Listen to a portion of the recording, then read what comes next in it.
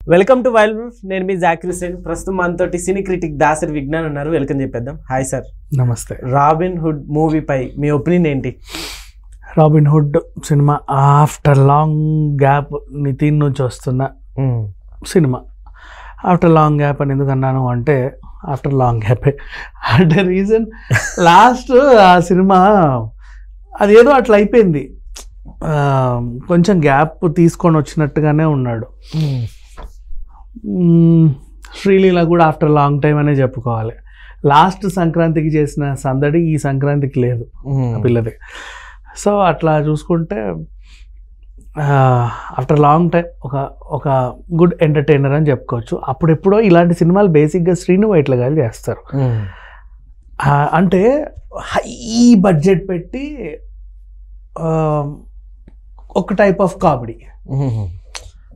అంటే ఇప్పుడు mad square ఉంది, దాంట్లో కూడా కామెడీ చేశారు. బట్ అదేంటంటే చిన్న బడ్జెట్ సినిమాలో ఇదేంటంటే నువ్వు ఒక డైలాగ్ చెప్పాలంటే ఏరోప్లేన్లో చెప్పాలి, ఇంకో డైలాగ్ చెప్పాలంటే నువ్వు ఆ ప్లేన్లో నువ్వు ఆ పక్క ప్లేన్లో ఉండాలి, ఇంకొక కామెడీ చేయాలంటే నువ్వు ఎక్కడికో ఏదో దేశానికి వెళ్ళాలి, పెద్ద జనాలు ఉండాలి, పెద్ద అవన్నీ ఉండాలి, లొకేషన్స్, భారీ లొకేషన్స్. ఒక 150 కోట్లు 100 కోట్లు కనబడుతున్నాయి ప్రతి frame frame frame frame frame frame.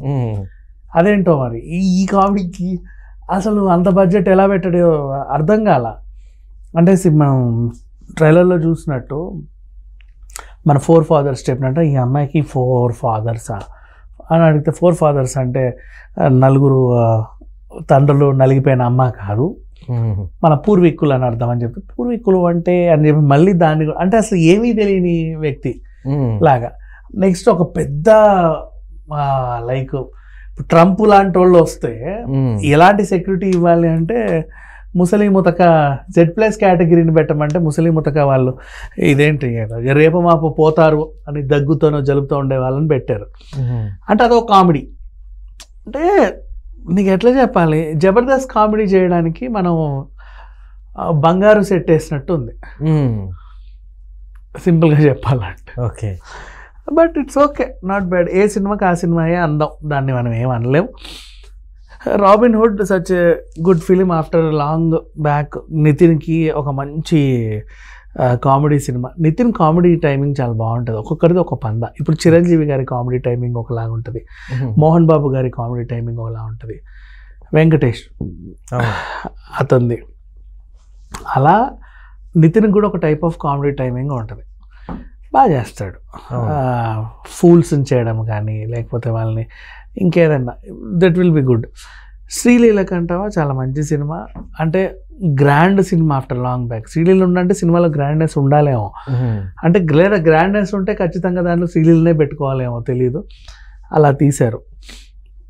Everything it's okay అబ్బా. బట్ సినిమా ఇప్పుడు మంచి కాంపిటీషన్లో వచ్చింది. లైక్ మ్యాడ్, నిన్నేమో ఎంపురాను, ఇప్పుడేమో ఇది, రేపు వచ్చేది సికిందర్. మధ్యలో ఈయన కూడా ఉన్నాడమ్మో, ధీర ధీర సూరానో ఏంటో నా విక్రమ్ గారి మూవీ. ఇలా ఇన్నిటి మధ్యలో ఏది నిలబడద్ది ఏది లేదు అనుకుంటే ఖచ్చితంగా చెప్పుకోవచ్చు యూత్ఫుల్ ఎంటర్టైనర్ మ్యాడ్ ఒక మంచి ఫ్యామిలీ ఎంటర్టైనర్గా రాబిన్ హుడ్ని ఎంచుకోవచ్చు.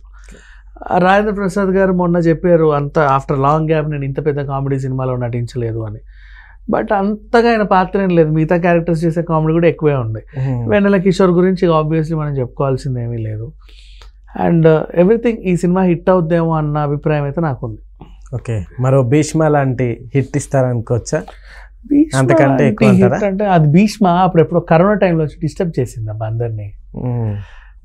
లైక్ ఇది హిట్టా ఫ్లాపా అర్థం కాని సిచ్యువేషన్లో బాగా ఆడింది. అండ్ ఆ టైంలో థియేటర్లో కూడా సగమే నింపాలి, ఒకడు అక్కడ కూర్చుంటే ఇంకొకటి ఈ మూలకు కూర్చోవాలి అన్నట్టు పెట్టారు. అలా కూడా బాగానే ఆడింది సినిమా, గందరగోళంలో ఆడేసింది. బట్ ఇట్స్ ఓకే, ఈ సినిమా అయితే the best cinema, very good movie అని చెప్పుకోవచ్చు. నాకు అనిపిస్తుంది మరి రిలీజ్ అయిన తర్వాత ఎలా ఉంటుందో తెలియదు, ఇంకొన్ని గంటల్లో రిలీజ్ కాబోతుంది.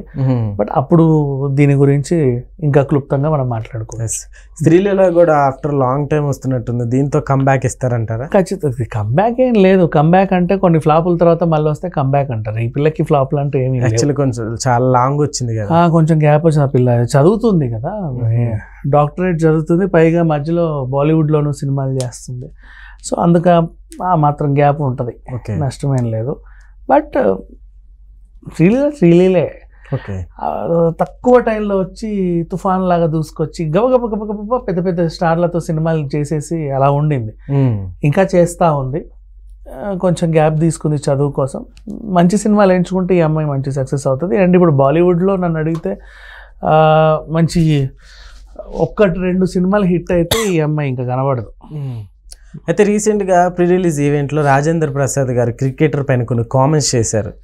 దీనివల్ల ఇంకా మూవీకి బజ్ పెరిగిందంటారా ఏమన్నా? అట్లా ఏం లేదులే, ఇది వీళ్ళ మధ్యనే గొడవ. అండ్ ఈ బజ్ ఏమో మంచిగా గుర్తు చేసావు నువ్వు. క్రికెటర్ ఆయన ఉన్నందుకు సినిమా అంటే ఇప్పుడు ట్రైలర్లో కూడా అప్పటిదాకా ఉండి లాస్ట్ కట్లో వస్తాడు. ఓ నీ అమ్మ ఇదేంటి భలే ఉంది అనిపించేలాగా.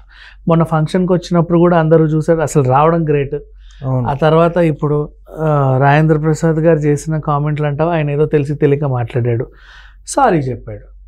తర్వాత ఈయన కూడా ఏముందిలే ఇట్స్ ఓకే లైట్ అని జోవియల్గా తీసుకున్నాడు. ఎవరేం అనుకోలే పెద్దగా, కూల్గానే వెళ్ళిపోయింది. ఇప్పుడు సినిమాలో ఇతని క్యారెక్టర్ ఎక్కువ ఉంటే బాగుండు అనిపిస్తుంది, తనకంటే ఒక బజ్ ఉంది.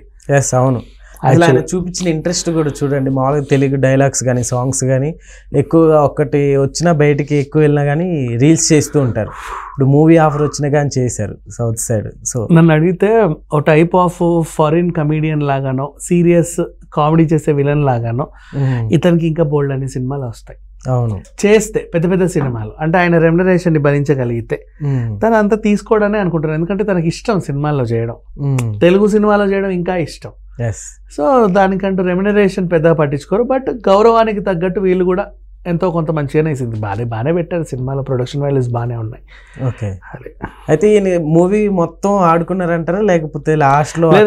కొంచెం లాస్ట్ లో అంటే మనకు ట్రైలర్ లో చూపించినట్టు సినిమాలో లాస్ట్ లో వచ్చేలాగా కాకుండా ఏదో కొంచెం వాడుకొని ఉంటారు అనిపిస్తుంది. ఎందుకంటే ఆయన సంబంధించిన ఒక ఏవి వేస్తే ఆయన బాగా ఎమోషన్ అయ్యాడు.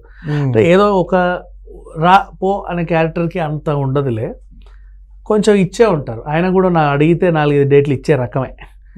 సో సరదాగా వీళ్ళు ఆయన్ని కొంచెం ఎక్కువసేపే వాడుకుంటేనే బెటర్. ఎందుకంటే ఆయన మీద కూడా ఒక బజ్ ఉంది. మిగతా ఆర్టిస్టులందరూ మనం రెగ్యులర్గా చూసే మనుషులే కదా, ఈయన కోసం వెళ్ళాలన్నట్టుగా ఒక బజ్ క్రియేట్ అయింది. సో తన కోసం వెళ్ళే వాళ్ళు కూడా ఉంటారు, బాగానే ఉంటుంది. ఓకే, అయితే ఈ మూవీ ఇప్పుడు నితిన్ గారికి ప్లస్ అనే చెప్పుకోవాలి. ఎందుకంటే ఆయన ఇప్పటి వరకు చాలా గ్యాప్ ఇచ్చిన తర్వాత మళ్ళీ ఈ మూవీ తోటి వస్తున్నారు. సో ఎలా ఎక్స్పెక్ట్ చేయొచ్చు అంటారు సినిమా మీద? అంటే నితిన్ సినిమాలు ఎంత కాదనుకున్నా ఆన్ అండ్ యావరేజ్ పర్లేదు అనిపిస్తాయి. మరీ నిర్మాతలను ఎప్పుడు ఇబ్బంది పెట్టిన దాఖలాలు లేవు. ఈ సినిమా కూడా అంతే. ఓకే సార్, థ్యాంక్ యూ, నమస్కారం.